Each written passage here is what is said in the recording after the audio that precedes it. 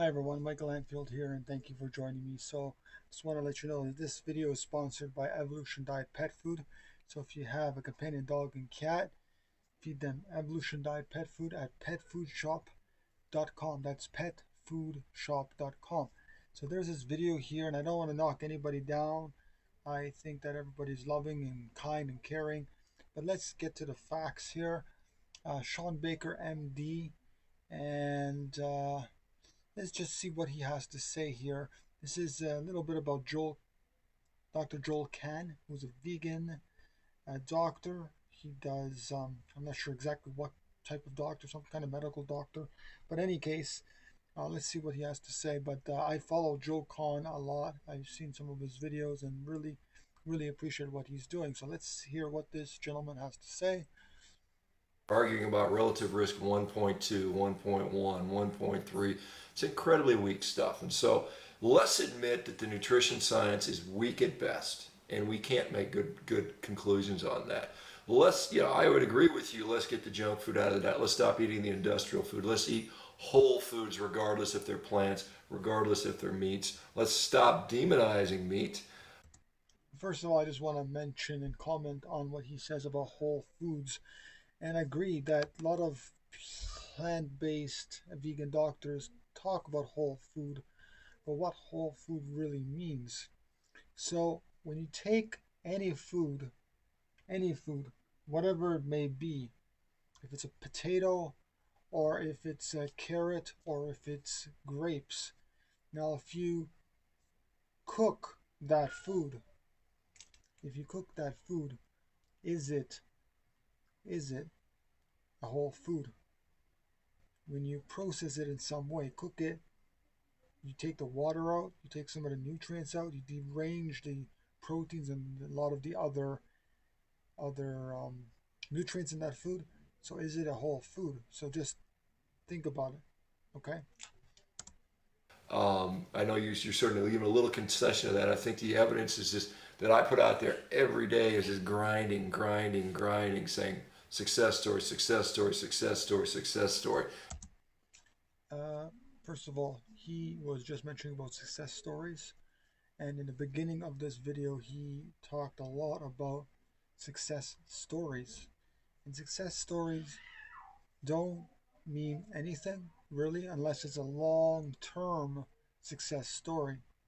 If it's a short term success story, you know, within a few weeks, days, weeks, months, or even just a couple of years, because sometimes the body just does, takes time before it actually starts to deteriorate.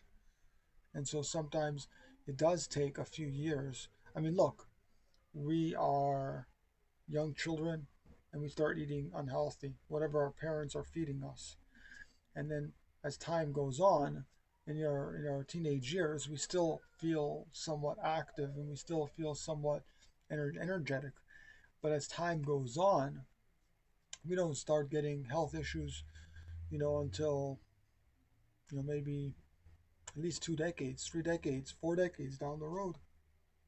And so the whole idea is that even if somebody feels good after 2 days of doing something or feels good of doing something, long term, because there are a lot of keto patients out there. Keto diet meaning it's basically a low carb, high fat animal based diet, and so basically, um, these people do feel good, within the first few weeks or a couple few months, but it's not a long term sustainable thing, and a lot of people that are doing keto diets don't survive more than 1 year doing that kind of diet. They actually fall back to either some other diet or they go vegan or something like that.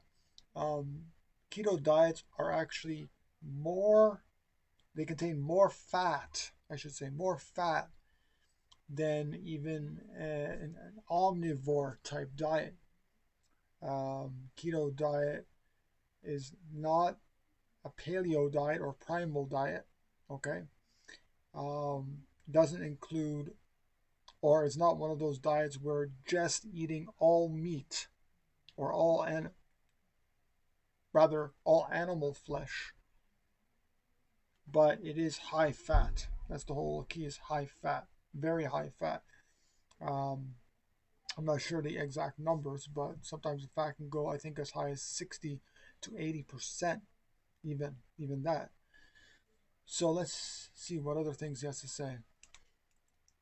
Ad nauseum is sort of maybe some people are opening, and I applaud you for being open to that. I would disagree with you on ethics and environment for a number of reasons. I'm not going to get into that in this video. I think an animal-based diet can be both incredibly ethical and incredibly restorative to the planet if we choose to do that. And yes, I do believe that is scalable and sustainable. Okay, so I just wanted to mention here, he talks about how a carnivorous diet, and of course I'm paraphrasing here, but how a carnivorous diet can be ethical and environmentally sustainable. I'm gonna put this down because I really want people to understand. And and we're not comparing anything to anything, okay? We're comparing man, okay? We're comparing human to non-human, okay? Human going out, okay, to the environment, taking, first of all, it's not taking a gun or a bow and arrow or any of these mechanisms. Hunters take, um, usually hunters use a rifle of some sort, some kind of gun, and they shoot an animal, okay? An innocent animal that has done nothing to us, okay? Now, we take their life, okay? It's not an it, okay? The animal's not an it, so we take their life, he or she, him or her life. We take their life, okay? And we take that one life. Not only is it, okay, maybe the animal did not suffer at that time because the bullet just went straight in. But a lot of times the bullet does not go straight in, and the animal suffers by slowly trying to move away to get away from being shot again. And so sometimes it's not a clean shot, okay? Saying something is totally natural, as in hunting, that is not natural, because natural means that we don't have these high scope technology weaponry. So that's not natural. Second thing, because we're talking right here, actually, we're not talking about natural. We're talking about ethical and environmentally sustainable. Okay, so ethics. We're killing one animal. We're taking that life away from them. Okay, we're not killing animals that are um, already almost dying. We're taking a life, even if it's a young, old animal, what have you. We're taking a life from that animal. Now, that animal, may it be a mother or father, then maybe now their child cannot survive on their own. Maybe they have a baby, and that baby cannot survive on their own. And so we don't really know precisely what animal we are killing. Okay? And no matter what, we're taking a life. If we claim to be animal lovers, or we claim to be morally decent human beings, how can we take an individual life? Because ultimately people see, and this is absolute truth, people see animals nothing but things to be used. Okay, we see other species like we have the right to do whatever we want with them. We also have um, the idea that we have the right to do with the environment whatever we want as well. So we think we have the right because we're on top. There's this food pyramid, and we're on top, and we can dominate anybody on the bottom. Yeah. And ethics, that is the ethics. Now, some people, hunters, will say, well, but what about a lion? Or what about, you know, the, um, wolf chasing down an antelope, or a lion chasing down the, or lions chasing down the, baby elephant or whatever animal, or I should say whoever animal. And I would say, first of all, we're not a lion and we're not a wolf, okay? Because lions and wolves are two different animals, very very different animals that do different things than humans. Their canines are like this compared to our little ones that are just there to eat an apple, eat a hard fruits, or eat a broccoli or something like that. You know, um, like for example, lions uh, sniff each other's butts when they greet each other. We don't do that. We don't go up to humans and sniff each other's butts. Okay? Lions, particularly lions, and of course other carnivorous animals, only eat flesh. Okay? A lot of hunters don't just eat flesh of animals. Okay? Lions do not use the internet. So if you're using the internet, go away from the internet because you are not a lion then. So if you claim, lions do this, eat animals, and so we have the ability to eat animals. Hey, lions do not use a blender and lions do not use a stove.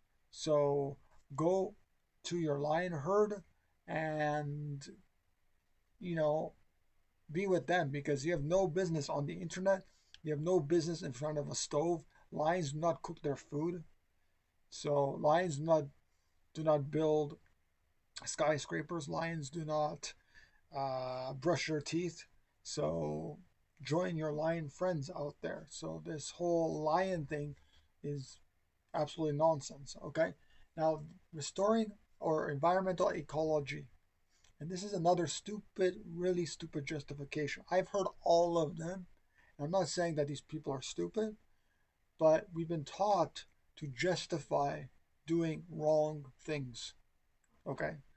Now, of course, there are different levels of ecology, and I'm not saying that veganism is going to solve everything and all vegan diets solve everything because there's so many different types of vegan diets out there.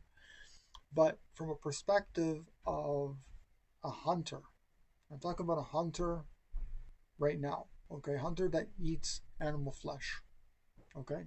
If that is 1 day a week, that he kills one animal, so he eats animal products 1 day a week, or if he or she eats animal products um, once a month or once a year or every day, or if 95% of their diet is animal products and exclusively flesh or maybe other animal products like eggs and dairy and honey and whatever, it all differs, okay?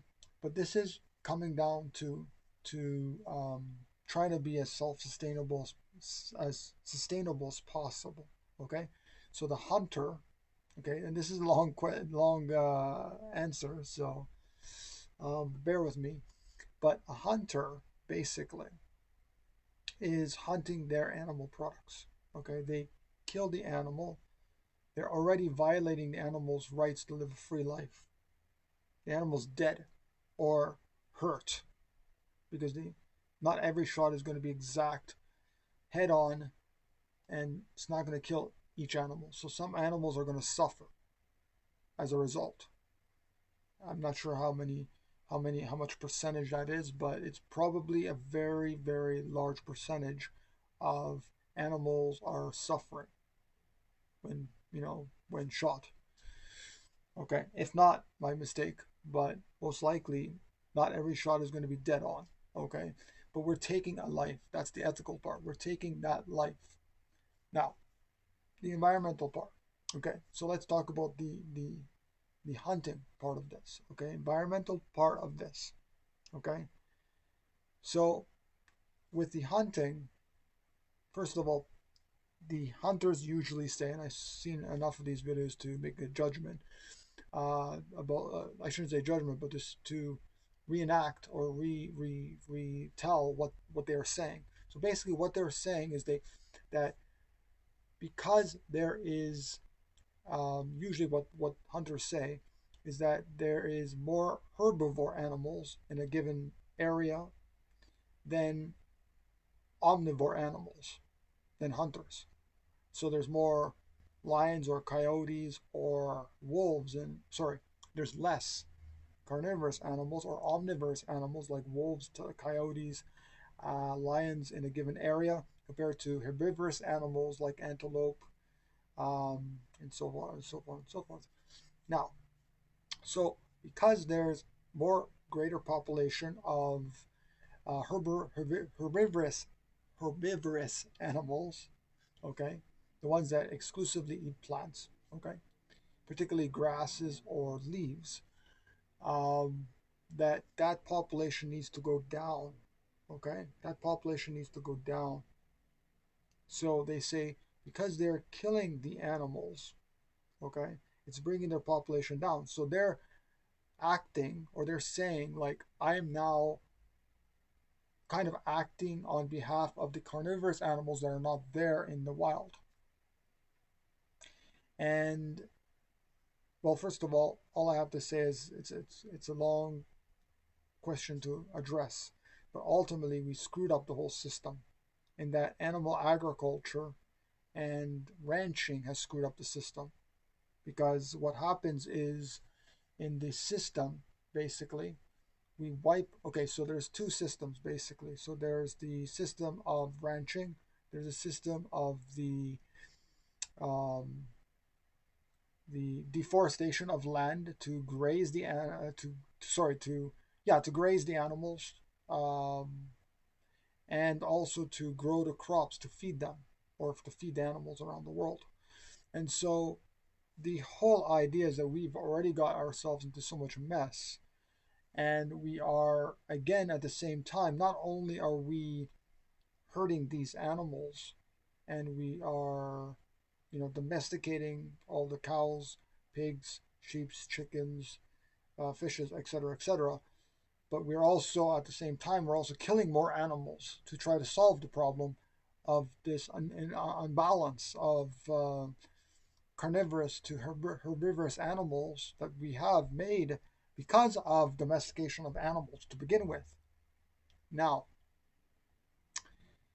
these people are saying that a lot of these hunters are saying that no, I don't support buying traditional supermarket meat, supermarket animal flesh, but I hunt for my food and I know where the food comes from and I am being ecological sustainable. Okay. So, um, there's again, because we see animals as property, basically. We see animals as property. We have this whole mess of animal agriculture to begin with, and that's why the population, again, of the herbivorous to the carnivorous animals is displaced. But we are causing more violence. No matter what, we're causing more violence in totality, anyways, um, because we're killing animals, you know. And yeah, it's definitely like vegan diets, and you can definitely say that Oreos and Coca-Cola are vegan. People can claim that they're vegan, and that is a they, you can definitely eat potato chips and Coca-Cola all day long and call yourself a vegan, or you can grow your own food, your own vegetables and fruits, and that could be vegan as well. And then there are people that buy from the grocery store or buy from local farmers markets their own plant foods. And when we talk about plant foods like whole foods, generally it is said that whole foods is nothing that is started out as being processed. Okay, so things like raw fruits and vegetables, or things lightly steamed or even cooked, uh, is considered a whole foods. Even though I mentioned that whole foods is not cooking them because you are it's not a whole food anymore once you start cooking. There's all sorts of processes that come into play. Water is taken out of the foods. The nutrients are either manipulated or devoid, or some of it's taken out. Um, so there's a lot of problems with that. Um, Therefore, I feel the whole food term is only when it comes to actually raw food. So whole food could even be eating raw flesh of animals. Um, though that is also questionable because when you start to manipulate the food in any sort of way, if it's not eaten raw, like right off the animal, then it's not considered whole food anymore. So, ecologically, this guy is saying that it's more sustainable, but he's not getting into that argument. He's going into the health argument as he's talking here about Dr. Joel Kahn, or Kane, however you pronounce his name, and his previous video that he showed in the beginning of his video. So ultimately, let's go to talk about different vegan diets because different vegan diets will have a different environmental footprint. Now, for example, if you're eating Oreo cookies and chips all day, your footprint will probably be very, very high. Um, I'm talking about comparing veganism, okay? Veganism or plant-based diets. So basically, eating processed foods will your footprint will be much higher because there's a lot of more processes to happen to get that food into play. So you need salt production, you need oil production for the vegetable oil, you need the growing of these foods. You need to understand where does the how is the food grown. Usually, it's not organic, so there's a lot of problems with monoculture and all that kind of stuff. There's a lot of environmental implications and also ethical implications. So anytime a vegan way of living harms the environment in some way, for example, if you're buying food from the supermarket, of course, even organically, it's monoculture. There's still a lot of times it's monoculture. It's not permaculturally grown. It's also not grown veganically without animal inputs or chemicals. So there's a lot of implications. But if you compare, so we're comparing now all veganism, which is very, very broad based, broad definition, broad different scopes, because you can be growing your own food and be extremely ethical and extremely environmentally friendly, doing it veganically without any chemicals, without any animal inputs like manure, bone meal, blood meal, feather meal, etc. Or you can get it right from the supermarket, which is really like the worst thing if it's not, especially if it's not organic and it's monocultured and it's not permaculturally grown or and veganically grown. So it's really, really bad. And he's talking about just the hunting respect.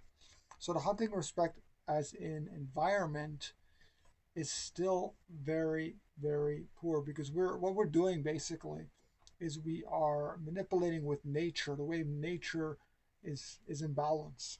That's the whole thing. When it comes to when it comes to animal agriculture, if it's factory farmed, if it's in your backyard, or if it's hunting, it doesn't matter because what we're doing is we're manipulating with nature. Now, of course, using my computer is in a way manipulating with nature, but in a sense, but it's not as bad as we're trying to do the best we can. Okay, we're trying to do the best we can, cause the least harm we can. Okay, so if I only have the option to go to a supermarket to buy plant foods, okay, then compared to hunting an animal, I think I'd rather do the do the supermarket bit because I know I'm not harming a life directly. You know, it's either directly or indirectly. Okay, now some animals, some small microbes or small insects may be killed, or small little animals may be killed when I'm buying that non-organic, um, vegetable or fruit in the supermarket. But understanding two things here. So we're understanding that we're not directly harming an animal with our choices of buying produce from a supermarket. And when we're hunting, we understand that we're taking a life from someone. Okay, a life, someone that wanted to live their life, their full life. Okay, even if it's a dog eat dog world out there, whatever you want to think of it, even if another animal would kill that animal, okay, and we're sparing their life. It's an ethical thing. We're sparing their life so they don't get killed. Maybe we should just leave nature alone. Maybe we should just leave the non-human animals alone. Let nature take its course, her course. Okay? Why are we manipulating things like we're God on this earth? Why are we manipulating the way, you know, why are we like killing life on earth and destroying life on earth? Why don't we become companions? Why don't we become guardians of the earth and friends of the animals instead of killing and non sustainability? You know? So, this whole argument about environmental stewardship is nonsensical because it doesn't take a look at the entire picture of the web connectivity of what we're causing when we kill that one animal. When we take a life, we don't take just one life. We rip that life out of the fabric, out of the web of fabric of the web. We're taking that one life. Imagine if we were that animal. We're taking that life. We wouldn't want, the golden rule states, do unto others as we would have done to ourselves, unto ourselves. If we wouldn't want to be killed, then we shouldn't do that to others. you know and I respect all people, including this this so-called doctor Sean Baker. I respect him because he's at the level of consciousness and understanding and on the path that he's on. Maybe one day he'll realize he needs to go vegan, but everyone's on their own journey in life. I mean, I was eating animal products for the first 26 years of my life, and I had many ethical situations as a non-vegan. I had many ethical situations that I'm not going to really get into in this video. But ultimately, it comes down to one thing, and that is when we are hunting. Okay, there are a few things to understand, and this is to specifically to hunters, because there are still, unfortunately, a lot of them out there, and I want to address hunters out there. Now, you may have still justifications and think that I'm just a guy, a nobody, on this channel and talking things that I don't know about, or may think that, oh, I don't I don't know what I'm saying, or maybe I've been vegan 12 years, and it's just not a label for me. It's an ethical and spiritual choice that I made almost 12 years ago in 2009. And ultimately, I did not want anything to do with taking a life of someone else or even paying someone else to do that for me. I didn't want to do it myself, and I didn't want anybody else to do it for me. And so I vowed, and I wasn't vegan even at that time, I just vowed not to consume anything that came from an animal. I saw myself in another living being. I saw myself, if I harmed another being, another animal, or if I got someone to do it on my behalf, I would ultimately be harming or hurting a part of myself. So I did not want anything to do with that. A few weeks later, I found out that what I identified myself with, is a vegan.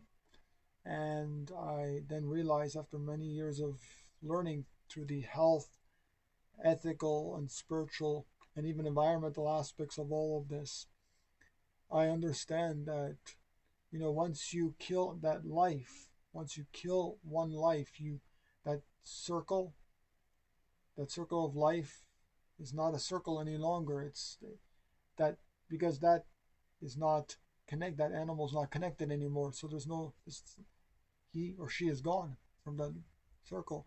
But we have to understand one thing, and I want everyone who's listening to this, hunter, non-hunter, animal eater, vegan, whoever it is that's watching this at any point in time, to please look and feel into our hearts, feel into our intuition, that gut feeling about killing another living being, about taking that living being and understanding that we're on this earth to love and to care and to show compassion to all life and to do the least harm we possibly can. And even if I was a vegan that was purchasing non-vegan products from the supermarket, I'm trying to do what I can to limit the suffering that I need to do. And if I can try to grow at least some of my food, I'll try and do that, because that's the more ethical way to do it, especially veganically with no animal inputs at all. And so the whole idea is to do what we can with the resources that we have, with the life that we have, to cause the least amount of harm, if possible, to cause no harm. But in a life that we have microbes and we have, fortunately, unethical farming practices, it's always not possible, in our world. And so the whole idea is to do the best that we can to strive to cause the least harm that we can on this earth. So I thank you, Dr. What was his name again? Shawn Baker. I thank you so much for putting out this video and for doing what you're doing, because at least people like you are starting to understand the ethics and the environment. Some people don't even take that into consideration at all. So I'm glad that at least you have this awareness. I'm very glad. And I'm glad to everybody who is watching this video at any time. I'm glad to you, oh my goodness, what's his name again? Shawn Baker. Shawn Baker, I'm glad to you as well for putting that video out. I'm glad to Joel Kahn for all his work that he does. And I'm glad to, again, to everyone out here that's watching this video at any time and that has supported my work. Please do send me your reviews or post them on Amazon as well.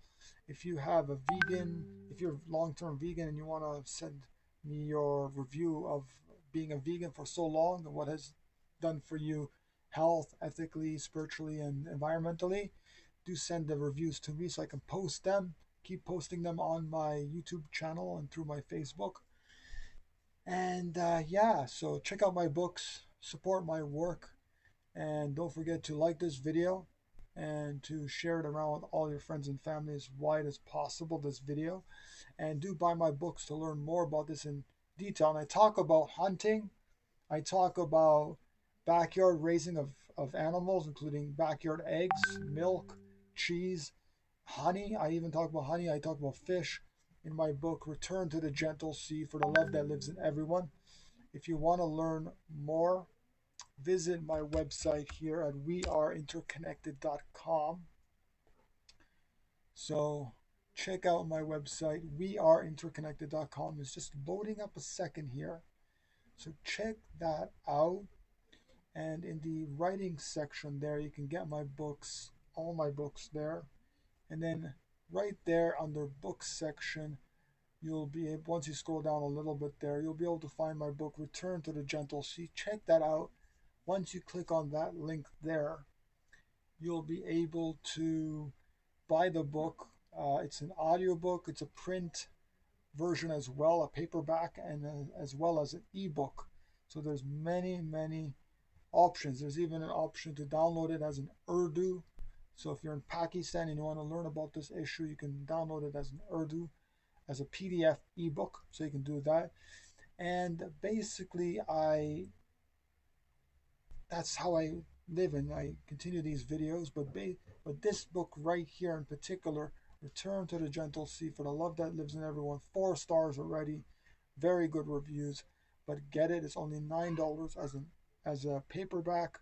As a Kindle ebook, it's $5, and of course there's an audiobook as well. So this goes into details about hunting, fishing, backyard raised animals, all this kind of stuff. If you really want to learn there, this is the link. It's a big link, but you can go check it out on my website under writings again, books, and then go to Return to the Gentle Sea. Thank you for joining me, everybody. Don't forget to share this widely and subscribe to my YouTube channel and also to my newsletter. Here's my newsletter right here. It's right here, newsletter.weareinterconnected.com. So don't miss a beat. You'll also get my free ebook, The Guru's Guide to Spiritual Enlightenment. It's a short ebook that you get only by subscribing to my email newsletter. Thanks for joining me here today, everybody, and I wish you the best day ever. Bye, everyone.